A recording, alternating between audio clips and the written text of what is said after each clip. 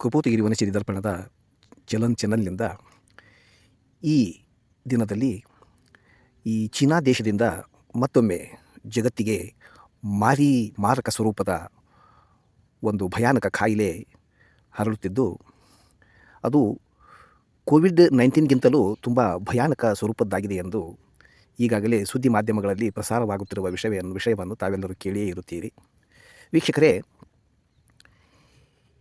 ಈ ಪರಿಸರವನ್ನು ಶೋಷಣೆ ಮಾಡುವುದರಿಂದ, ಪ್ರಕೃತಿಯ ನಿಯಮಗಳನ್ನು ಅತಿಕ್ರಮಿಸಿ ಹೋಗುವುದರಿಂದ ಕಂಡು ಕೇಳರಿಯದ ವಿಚಿತ್ರ ಭಯಾನಕ ಕಾಯಿಲೆಗಳು ಜನ್ಮ ತಾಳುತ್ತವೆ ಎಂದು ಹಿಂದಿನ ಋಷಿಮುನಿಗಳು, ಶಾಸ್ತ್ರಕಾರರು ತಮ್ಮ ಗ್ರಂಥದಲ್ಲಿ ಈ ಬಗ್ಗೆ ವಿವೇಚನೆಯನ್ನು ಮಾಡಿದ್ದು, ಇದರಂತೆ ಮಹರ್ಷಿ ಚರಕ ತಮ್ಮ ಸಂಹಿತೆಯಲ್ಲಿ ಜನಪದೋಧ್ವಂಸನೀಯ ಎನ್ನುವ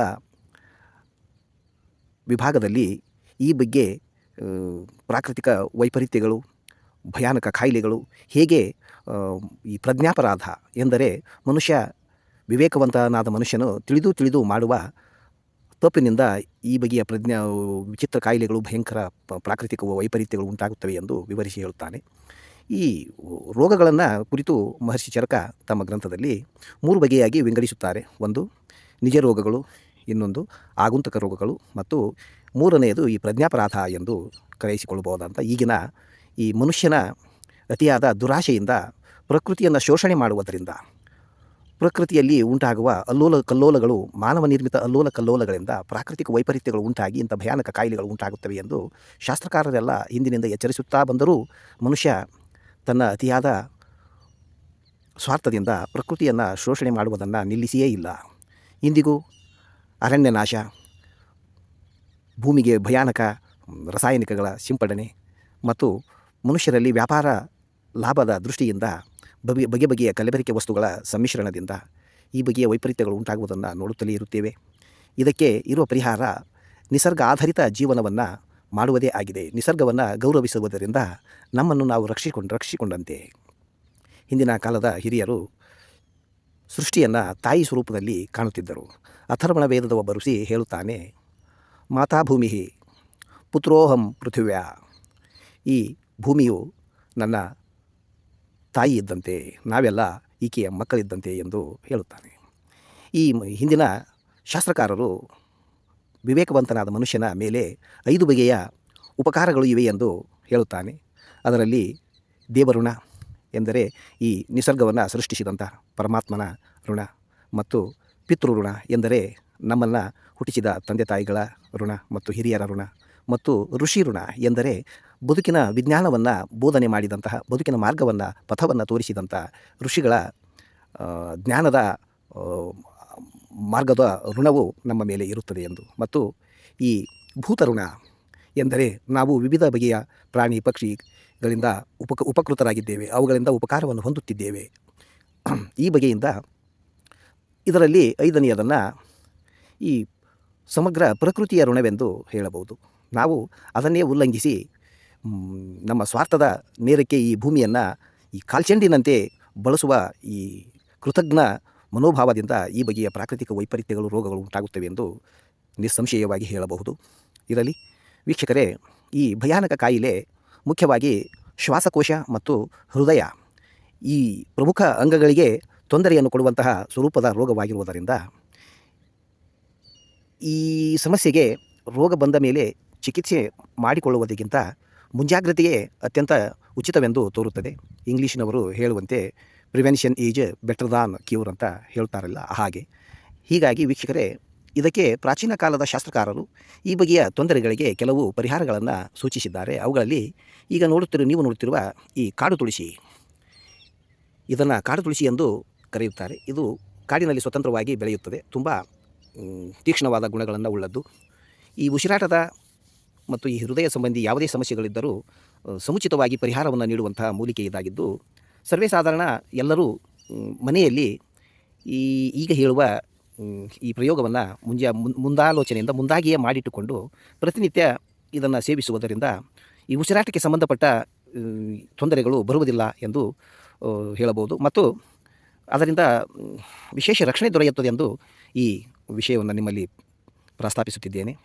ವೀಕ್ಷಕರೇ, ಈಗ ಮಾಡಬೇಕಾದ್ದು ಏನೆಂದರೆ, ಈ ತುಳಸಿಯ ಕಾಡು ತುಳಸಿಯ ತಪ್ಪಲನ್ನು ಹರಿದುಕೊಂಡು ಇದನ್ನು ಸುಮಾರು ಒಂದು ಮುಷ್ಟಿ ಗಾತ್ರದಷ್ಟು ತಪ್ಪಲು ಮತ್ತು ಇದರೊಂದಿಗೆ ಈ ವೀಳ್ಯದೆಲೆ, ಕರಿ ಎಲೆ ಎಂದು ಕರೆಯುತ್ತಾರೆ, ವೀಳ್ಯದ ಎಲೆಗಳು ಸುಮಾರು ಒಂದು ಮುಷ್ಟಿಯಷ್ಟು ಈ ತುಳಸಿ ತಪ್ಪಲು ಮತ್ತು 5 ಕರಿಯ ವೀಳ್ಯದೆಲೆಗಳು ಮತ್ತು 10 ಲವಂಗಗಳು, ಆಮೇಲೆ ಈ ಅಂಗಡಿಯಲ್ಲಿ ಪಚ್ಚ ಕರ್ಪೂರ ಎಂದು ಕರೆಯುವಂತಹ ಒಂದು ಕರ್ಪೂರದಲ್ಲಿಯೇ ಇದು ರೆಕ್ಟಿಫೈಡ್ ಅಂದರೆ ಪರಿಶುದ್ಧವಾದ ಕರ್ಪೂರವಾಗಿದ್ದು ಉದರ ಸೇವನಕ್ಕೆ ಇದು ಪ್ರಶಸ್ತವೆಂದು ವೈದ್ಯ ಶಾಸ್ತ್ರಕಾರರು ಹೇಳುತ್ತಾರೆ.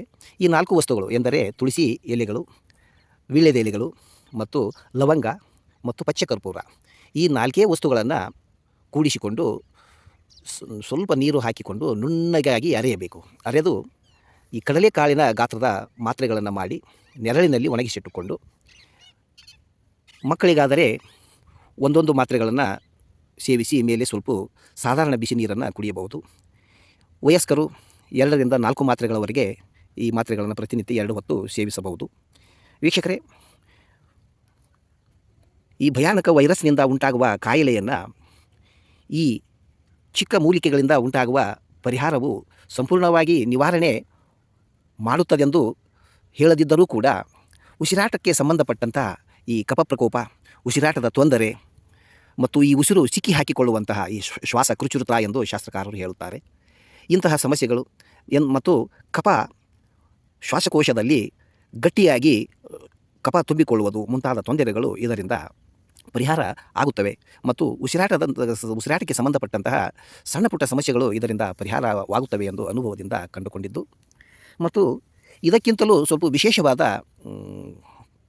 ಪ್ರಯೋಜನವನ್ನು ಬಯಸುವಂಥವರು ಈ 4 ವಸ್ತುಗಳಿಗೆ ಎಂದರೆ ತುಳಸಿ, ವೀಳ್ಯದೆಲೆ, ಲವಂಗ ಮತ್ತು ಪಚ್ಚಕರ್ಪೂರ ಇವುಗಳ ಜೊತೆಗೆ ಇನ್ನೂ ಕೆಲವು ಮೂಲಿಕೆಗಳನ್ನು ಸೇರಿಸಿಕೊಂಡು ಪ್ರಯೋಗ ಮಾಡುವುದಾದರೆ ಇನ್ನೂ ತುಂಬ ಪ್ರಶಸ್ತವಾದ ಪರಿಣಾಮ ಉಂಟಾಗುತ್ತದೆ ಎಂದು ಹೇಳಬಹುದು. ಅದರಲ್ಲಿ ಈ ಉತ್ತರೇಣಿ ಗಿಡ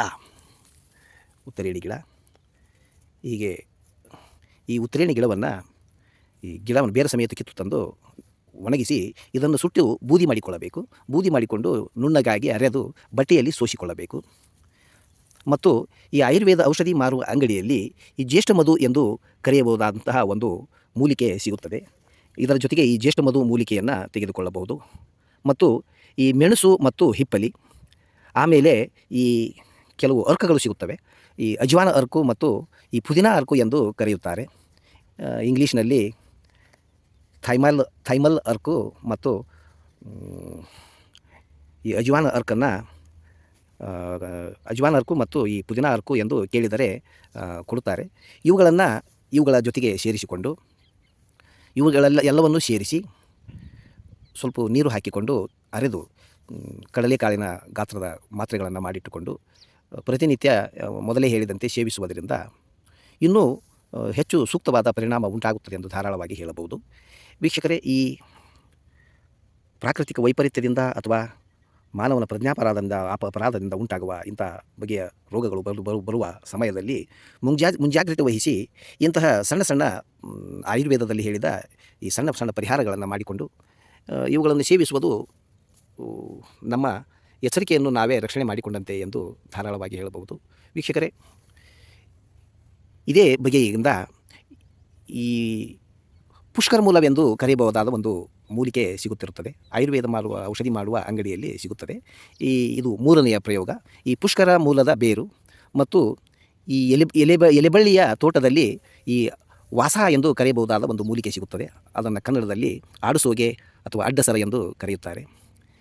ಇದರಲ್ಲಿ ಈ ಪುಷ್ಕರ ಮೂಲ ಮತ್ತು ಈ ತುಳಸಿಯ ತಪ್ಪಲು, ಈ